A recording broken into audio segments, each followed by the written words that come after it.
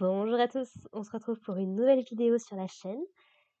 Alors je sais que j'ai pas fait beaucoup de choses, pendant tout l'été, j'ai été un petit peu occupée, mais voilà, le mois de septembre arrive, on reprend avec de bonnes vieilles habitudes et on reprend avec un truc mythique qui a débuté pendant cet été, du coup, c'est le retour de Fairy Tail, la quête de 100 ans. Alors, qu'est-ce que c'est le Fairy Tail, la quête de 100 ans? Parce qu'aux dernières nouvelles, Fairy Tail, ça s'était terminé. Et ben en fait, suite à la fin de Fairy Tail, je crois à peu près en 2018, je crois que c'est quelque chose comme ça fait déjà 6 ans, le temps passe vite. Bah, du coup, Hiro Mashima, l'auteur de Fairy Tail, a décidé de faire une série spin-off où il allait simplement faire les storyboards.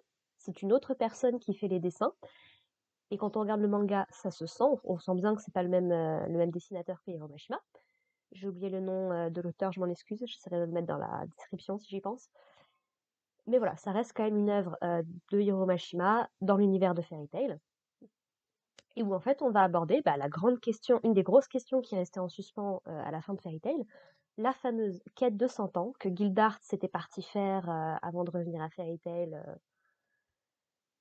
C'était quelque chose comme quoi? Quand est-ce que Gildart il est revenu? Très tôt dans Fairy Tail, je sais plus exactement quand, mais voilà. Et en fait, ça, il était revenu un petit peu la queue entre les jambes, puisque il avait légèrement croisé Acnologia sur son chemin. Et Acnologia, bon un petit coup de patte et hop, un bras, une jambe, une partie du ventre en moins. Voilà, tout va bien. Ah ouais, je sais plus. Bref.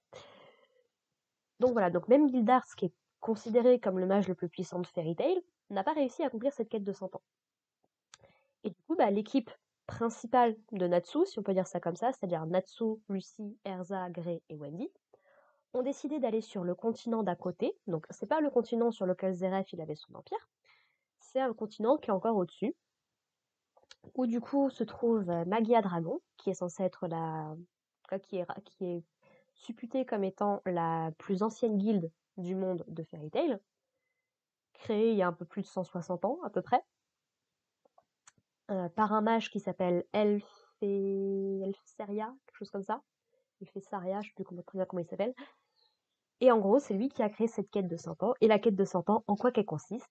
Eh bien, tout simplement, il y a 5 dragons qu'on dit être du niveau d'Acnologia, qui se baladent un petit peu sur ce continent, qui sont dangereux et qu'il faut arrêter. On ne précise pas exactement comment faire, mais il faut les arrêter. Et du coup, c'est cette quête-là que l'équipe de Natsu a décidé d'accepter, malgré les risques, malgré tout ce que ça encourt. Ils ont signé un petit papier pour dire que vous n'aurez pas le droit de révéler ce que vous avez vu, ce que vous avez entendu à d'autres personnes. Et avec pour récompense, j'aime bien parce qu'il dit ni moi ni le conseil magique ne pourront être tenus responsables si jamais vous crevez pendant la mission. Ok, admettons. J'aime bien parce que Lucie est en mode je vais peut-être rentrer moi en fait. Je crois pas que j'ai ma place là-dedans, c'est pas trop mon truc. Et du coup, il leur promet en récompense, globalement, tout ce qu'ils veulent dans le domaine de ce qui existe. Ça fait un petit peu, tu te dis, je peux vraiment tout demander? Laisse-moi réfléchir, on en discute. Donc voilà un petit peu quel va être le pitch de la quête de 100 ans. Alors, la quête de 100 ans, faut savoir que moi, quand Fairy Tail s'est terminé, j'étais une grosse fan de Fairy Tail. J'avais à peu près suivi en manga pendant très longtemps. Je vais être honnête, la fin de Fairy Tail m'a déçue. Parce que on retombe encore dans le cliché de ce genre de shonen, avec une guerre interminable, avec des manques de conséquences de partout, sachant que Mashima avait plus ou moins eu l'intention de tuer des personnages. C'est en tout cas ce qui ressortait au début. Mais bon, Jubia, nope. Gajil, nope. Makarov, certainement pas. Enfin, ouais, c'était un bordel monstre. Mais voilà, Fairy Tail reste quand même une œuvre plutôt sympathique. Il n'avait pas prévu en fait à la base que Fairy Tail devienne aussi sérieux, ça devait pas être comme Rêve Master. Mais je pense qu'il s'est laissé un petit peu entraîner à la fois par le succès, par la pression des éditeurs et par peut-être même son envie qui a grandi avec le temps. Voilà, Fairy Tail, faut savoir que ça se prend des critiques de partout en permanence pour des trucs, je suis désolée, qu'on retrouve dans d'autres mangas, mais que là tout le monde laisse passer. Donc ça a tendance à m'agacer parce que Fairy Tail c'est peut-être pas une œuvre parfaite, mais pour moi il y a quand même un truc où Fairy Tail marque, c'est quand Fairy Tail décide de devenir émotionnel entre la musique, la scène en elle-même et tout, c'est génial. il y a vraiment des scènes, moi, que j'ai en tête et qui m'ont marquée, que ce soit quand Lucie revient chez son père. euh, Comment? J'avais une scène en tête. Le retour de Lysana, le départ de Laxus de la guilde. Enfin, Fairy Tail a beaucoup de moments très émotionnels, mais se casse un petit peu la gueule. Encore une fois, est-ce qu'on peut en vouloir à Mashima alors que ça aussi on le retrouve dans plein de mangas différents? Je sais pas. Bref, donc une fois que Fairy Tail s'est terminé, j'ai suivi la quête de 100 ans. Alors, je suis pas à jour avec le manga. Ça fait quand même, je crois, quelques années que j'ai arrêté de suivre le manga, parce que j'ai vraiment arrêté de suivre des mangas. C'est plus trop mon truc aujourd'hui, ni même des animés. D'ailleurs, j'ai eu ma grosse phase quand j'étais plus ado. Là, ces dernières années, c'est vrai que c'est un peu plus compliqué. Il y a moins de motivation. J'ai peut-être moins de personnes avec qui le partager aussi.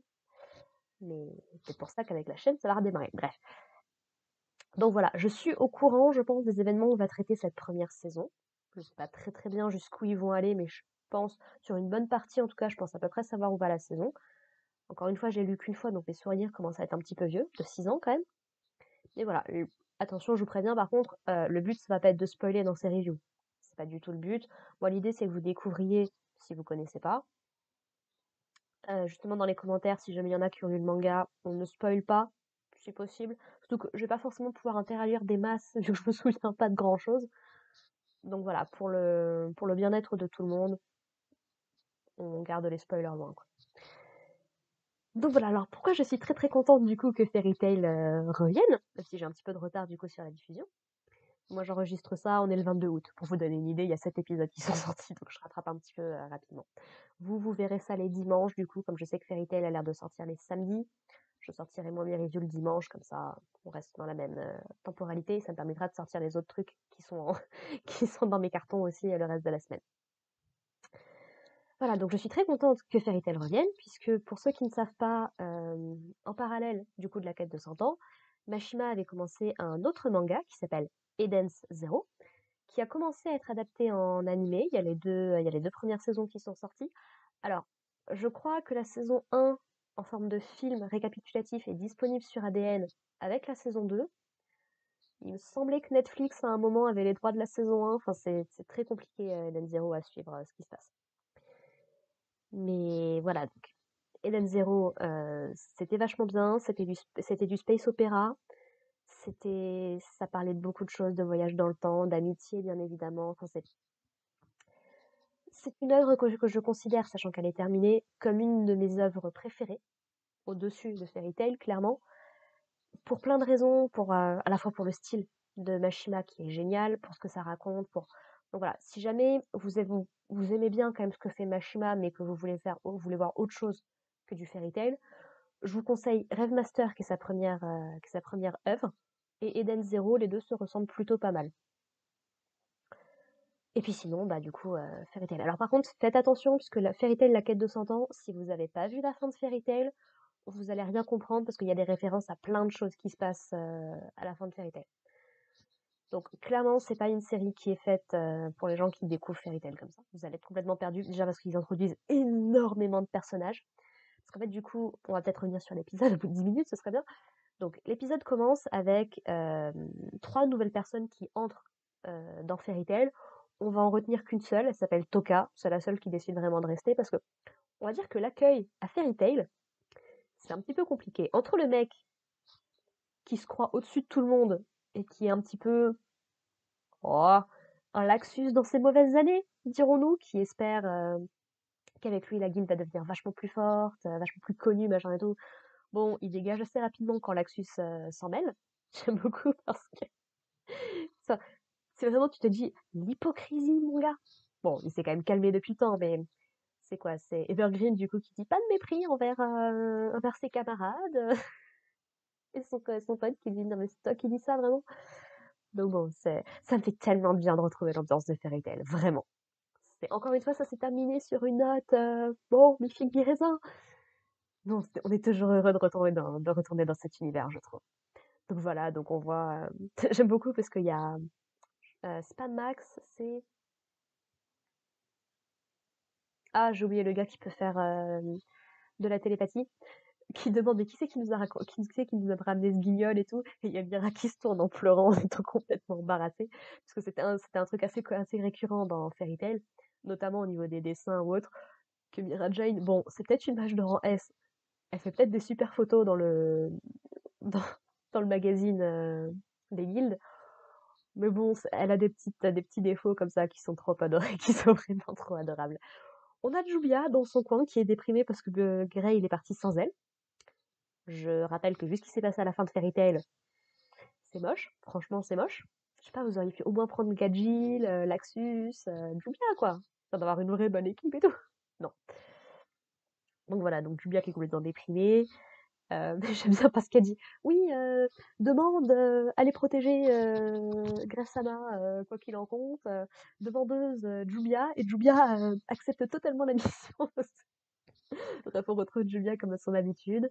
Qui c'est qu'on voit? On voit Lissana, on revoit Elfman, on revoit Kana qui dit non mais ce tonneau c'est mon seul amant, vous inquiétez pas, tout va bien. Donc Gadgil avec Lily, on voit Levi aussi, enfin, on revoit un petit peu tous les personnages de, de la guilde du coup, avec Makarov également. Et en gros, donc cette fameuse Toka du coup nous explique que bah en fait, bah, apparemment Natsu c'est son chéri, ou c'est ce qu'elle a l'air de s'imaginer, qui se seraient rencontrés pendant la petite, je crois que c'était 1 an, mais pendant le petit moment après Tartaros, où la guilde avait été dissoute suite à la volonté de Makarov. Je crois que du coup, ils faisaient des trucs par rapport à l'empire de Zeref. Enfin, je sais plus j'ai plus très bien les détails en tête, honnêtement, ça fait quelques années maintenant. Mais voilà, que en gros, il lui a plus ou moins sauvé la vie, et donc elle veut absolument le remercier, et tout ça, tout ça. Il y a Gadjil qui ne la sent pas du tout, il y a quelque chose qui lui paraît très bizarre avec cette personne, parce qu'en fait, elle mentionne. Parce qu'en fait, du coup, quand Julia ne peut pas attendre que Grey revienne, elle lui fait une remarque par rapport à ça. Et il y a Julia qui dit: «Ah oui, non mais Natsu, tu sais, il y a plein de il y a plutôt pas mal de filles, hein, qui lui tournent autour, Lucy, Lysana, Erza». Erza non, Erza elle est en couple. Erza elle est maquée, c'est même pas la peine en fait. Bon, elle a pas la relation la plus, stable possible, mais techniquement elle est maquée. Et Mashima adore ce couple, soyons très honnêtes. Ceux qui auront vu, Eden Zero le sauront. Hem Et du coup, Toka de lui répondre: «Ah oui, Grey, j'ai entendu parler, oui, il y a pas mal de monde aussi qui lui tourne autour, que ce soit Ultia, que ce soit, enfin, elle cite pas mal de noms, Erza également, non. Et notamment, alors là, je serai pas une référence là-dessus non plus, mais visiblement, en fait, c'est ça qui paraît bizarre pour Gadjil, c'est qu'elle cite une membre, de la guilde des avatars, et je me demande, je suis pas sûre là-dessus, mais je me demande si la guilde des avatars, c'était pas justement les démons de Zeref de Tartaros. Ou que ce soit en lien. Honnêtement, là-dessus, je serais pas une référence, mais en gros, voilà, ils trouvent ça bizarre qu'elle la connaisse, puisque bah, la personne en question, il y a très peu de gens qui savent qu'elle existe, quoi. Ou qui savent qu'elle a été arrêtée ou ce genre de choses. Donc, c'est très très bizarre. Et donc, du coup, ils décident d'enquêter un petit peu avec Jubia, avec Lissana et avec. Non, pas avec Lissana, avec Levi. Du coup, il se déguise un petit peu. Il dit non, mais je suis un détective, donc évidemment en trench coat. Ça me rappelle encore une fois beaucoup tout le délire. Je crois que c'était avant Edolas, justement. Ou peut-être pendant l'arc avec Laxus. Je suis très bien, mais pareil, c'était un petit peu déguisé et tout. C'est le côté un peu plus foufou de Gadget qui est toujours sympa quand on le voit. Et même Lily s'est mis un petit trench coat et tout, c'est trop mignon. Donc voilà, il décide d'enquêter un petit peu sur cette personne qu'on connaît pas très très bien. Du coup, de l'autre côté, on retrouve du coup notre petit groupe de Natsu, qui du coup ont accepté la quête. Et en fait, ce qui se rendra assez rapidement compte, c'est qu'autour de Magia Dragon, il y a comme de la neige, mais en fait c'est de l'éternanos. En gros, c'est de la magie concentrée, quoi. Donc il y a littéralement des éclats, des cristaux de magie suffisamment gros pour qu'on puisse les voir à l'œil nu, quoi. Je sais pas ce qui se passe, mais il s'est passé des trucs. Et on nous explique du coup que ça fait à peu près 160 ans que la quête existe. Puisque donc on a un tout petit flashback, on voit très très peu de choses, mais on a un vieux flashback qui date de 633 je crois, et on est en 793, donc voilà, ça fait à peu près 160 ans que le mec essaye de se débarrasser de dragon, quoi que ça veut dire. D'ailleurs, j'aime beaucoup parce qu'au tout début de l'histoire, c'est narré par la seiyū de Mavis et j'aime beaucoup parce que même si Mavis, du coup, elle est plus là dans l'histoire et ça fait plaisir de la retrouver. D'ailleurs, au niveau du cast, pour autant que je puisse en attester, j'ai l'impression que c'est le même cast qu'à l'époque de Fairy Tail, donc c'est plutôt cool, c'est toujours sympa de retrouver les seiyū. Donc voilà, et donc ils partent du coup pour cette mission et on leur dit: «Bah écoutez, il reste un des dragons, je vais pas essayer de dire le nom me reviendra petit à petit avec les épisodes, mais voilà, qui lui disent: «Bah écoutez, il y avait ce dragon-là, c'est la seule piste qu'on a pour l'instant, parce qu'on sait pas où ils sont en fait les dragons. Mais voilà, dans cette ville là-bas, on lui vouait un culte, donc moi je serai vous, j'irai voir. Il y aura peut-être quelque chose pour vous là-bas.» Donc c'est une ville qui est proche de la mer, donc près d'un port. J'aime beaucoup parce que Happy dit: «Oui, non, mais si c'est un port, ça veut dire qu'il doit y avoir des poissons.» Le délire des poissons avec Happy. Sur leur chemin, d'ailleurs, ils ont vu des espèces de petites méduses à forme humaine qui ont essayé de rentrer dans la bouche de Natsu et Lucy. Yeah. Natsu apparemment l'a avalé, l'a mangé. Bon, elle lui dit que si tu meurs, bah, ce sera ta faute, mon gars. Il a plutôt raison. Et d'ailleurs, Lucy, ça lui fait des trucs bizarres dans la bouche, donc je me demande si c'était pas un petit peu empoisonné ou alors un petit peu comme les orties, vous savez, ce genre de choses. Et j'aime beaucoup parce que du coup, il y a Carla qui dit Happy, mais fais quelque chose et tout. Et dans ma tête, je me dis, Carla, aux dernières nouvelles, c'était toi qui pouvais te transformer en humaine, non? C'est même Lily qui se transforme en gros truc, machin. Happy, il a jamais eu de pouvoir particulier, hein. Ça reste la petite mascotte. Foutez-lui la paix. Dit-elle après avoir lu d'être bref. Donc, petite péripétie, on les voit qui progressent plutôt pas mal. J'aime beaucoup aussi parce que Erza, comme à son habitude, elle part en voyage. Bah, elle a pris son énorme chariot avec toutes ses affaires. Encore une fois, on a tellement de références à Fairy Tail, ça fait vraiment du bien. T'as vraiment l'impression de pas avoir quitté l'univers malgré les années. C'est toujours cool. Donc voilà, donc ils arrivent dans cette ville. Et voilà, c'est une ville portuaire, qui a les murs recouverts de mousse. Voilà, je crois savoir la raison du pourquoi, mais je dirais rien. Et en gros, ils sont observés par deux personnes qu'on ne connaît pas pour l'instant. Et l'un d'entre eux est appelé Maître Sujin, je crois. Il a l'air d'avoir des cornes et tout. Donc, qu'en est-il? Qui sont ces personnages? Ah là là, que va-t-il se passer dans cette aventure? On verra bien avec les épisodes. Donc voilà. Au niveau de l'épisode en lui-même, bah écoutez, l'animation, elle est plutôt bonne. Il n'y a rien qui m'a sauté aux yeux comme étant mauvais ou autre. Les seiyuu sont toujours excellents. La musique, j'aime beaucoup la musique. En dehors des thèmes, on entend le thème de Fairy Tail à un moment, j'étais ah, c'était trop bien. Très court, il est très très court, mais bon, ça fait toujours plaisir quand même. Tout ce côté celtique et tout, c'est juste trop bien. Ça correspond tellement à Fairy Tail et à Nanatsu no Taizai aussi, c'est génial. L'opening est plutôt pas mal, pas dans le style que j'ai l'habitude pour Fairy Tail, mais je pense que comme Black Butler, à force de l'entendre, ça va finir par venir. J'aime beaucoup l'ending par contre, qui est très très mignon. Ouais, non, franchement, niveau musique, c'est plutôt cool. Et puis bah voilà, niveau histoire, niveau personnage, on est en terrain plutôt connu. Ah oui, j'ai oublié de mentionner un truc.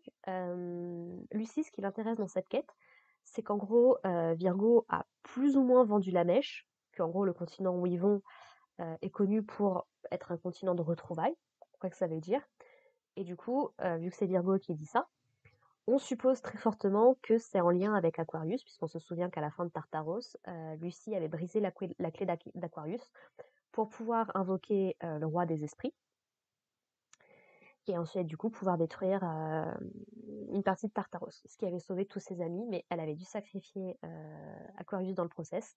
Et encore une fois, ça c'était une scène qui était vachement marquante, quoi. T'avais Lucie qui... Parce que Aquarius c'était sa toute première amie, mais depuis elle a rejoint la guilde de Fairy Tail et s'est fait de nouveaux amis et tout, donc Aquarius lui dit t'inquiète pas, ça ira, et puis quelque part je t'ai toujours détesté parce que t'étais pas ta mère, mais en fait tu m'as quand même apporté de bonnes choses et tout, donc voilà, la clé d'Aquarius ayant été détruite, ça veut pas dire qu'Aquarius est morte.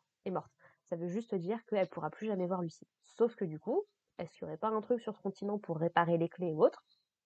Peut-être, sait-on jamais. J'aime beaucoup d'ailleurs Virgo, fidèle à son personnage, elle dit ah mince, j'ai parlé alors que j'aurais pas dû. Ça mérite bien une punition, n'est-ce pas, maîtresse?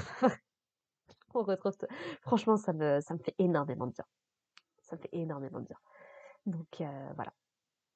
Sur ce, bah écoutez, j'ai pas grand chose de plus à dire sur cet épisode. Ça, vous allez me dire, ça fait quasiment déjà 20 minutes, mais j'ai beaucoup de résumés à faire. Donc, bah écoutez, moi je vais m'arrêter là. J'espère que vous suivrez Fairy Tail La Quête de Sentence si vous avez aimé Fairy Tail, que vous jetterez un œil sur ses autres œuvres à côté si vous aimez le travail de Mashima, avec ses défauts. Là, il y a un petit peu de fanservice dans cet épisode-là, c'est vrai, au niveau des nichons de Lucie. D'ailleurs, Lucie, je sais pas ce qu'il y a dans le dessin qui me dérange, mais je sens que c'est pas son chara-design habituel. Il y a un truc dans son visage qui me dérange. Puis évidemment, elle a un décolleté de fou parce que why not, c'est Lucie. Mais voilà, ça m'a pas sorti de l'épisode. C'était plus en mode allez, on passe, on passe, on passe. C'est pas ce qui m'intéresse honnêtement dans un animé, donc voilà. Mais sinon, à part ça, franchement, ça passe. C'est encore une fois, si c'est ça qui vous dérange dans le travail de Machina, bah écoutez, il y a plein d'animés que vous devez pas regarder alors. Surtout dans les shonen, donc admettons. Ce qui est pas un mal, hein, d'ailleurs, si c'est pas votre truc, il y a pas de problème. Mais bon, voilà, le maître de guilde là, qui a priori se transforme en dragon, il nous explique qu'en fait il a subi du coup le même truc que Acnologia et Elaine, la mère de Erza. C'est qu'en gros, bah, à force d'utiliser de la magie de Dragon Slayer, puisque lui son but c'était d'arrêter les fameux 5 dragons, ils appellent ça des dragons divins, qui ont du coup la même puissance qu'Acnologia. Bah en gros, voilà, à force d'utiliser cette magie, s'est transformé en dragon, ce qui aurait pu arriver à tous les Dragon Slayer, mais je crois que c'était les dragons qui les avaient protégés d'une manière ou d'une autre. Je sais plus très bien, encore une fois, ça remonte. Mais en gros, voilà, ce qu'ils expliquent, c'est que bah, c'est Natsu qui a battu Acnologia. Ça, encore une fois, il y aurait des trucs à redire. Je sais pas comment ça a été géré dans l'animé, mais en manga, euh, dur, dur. Et que en gros, bah, si eux n'arrivent pas en fait à se débarrasser de ces dragons, bah, ça va être compliqué de trouver quelqu'un qui pourra, quoi. Donc voilà, et puis du coup, bah, le vieux papy, là, c'est le cliché classique de vieux papy lyrique. Encore une fois, je pense que depuis Dragon Ball, voilà, c'est un truc qui existe, il faut l'accepter, c'est pas tragique non plus, quoi. Mais enfin voilà, bah écoutez, sur ce, j'ai pas grand chose de plus à dire sur cet épisode. J'ai très hâte de découvrir l'épisode 2, vraiment, ça me fait énormément de bien de retourner sur du Fairy Tail. Et puis bah du coup, n'hésitez pas à aller regarder un petit peu le reste que ce que je fais sur la chaîne ou les autres projets de Mashima. Et puis sur ce, bah écoutez, portez-vous bien. Allez, à plus tard. Bye.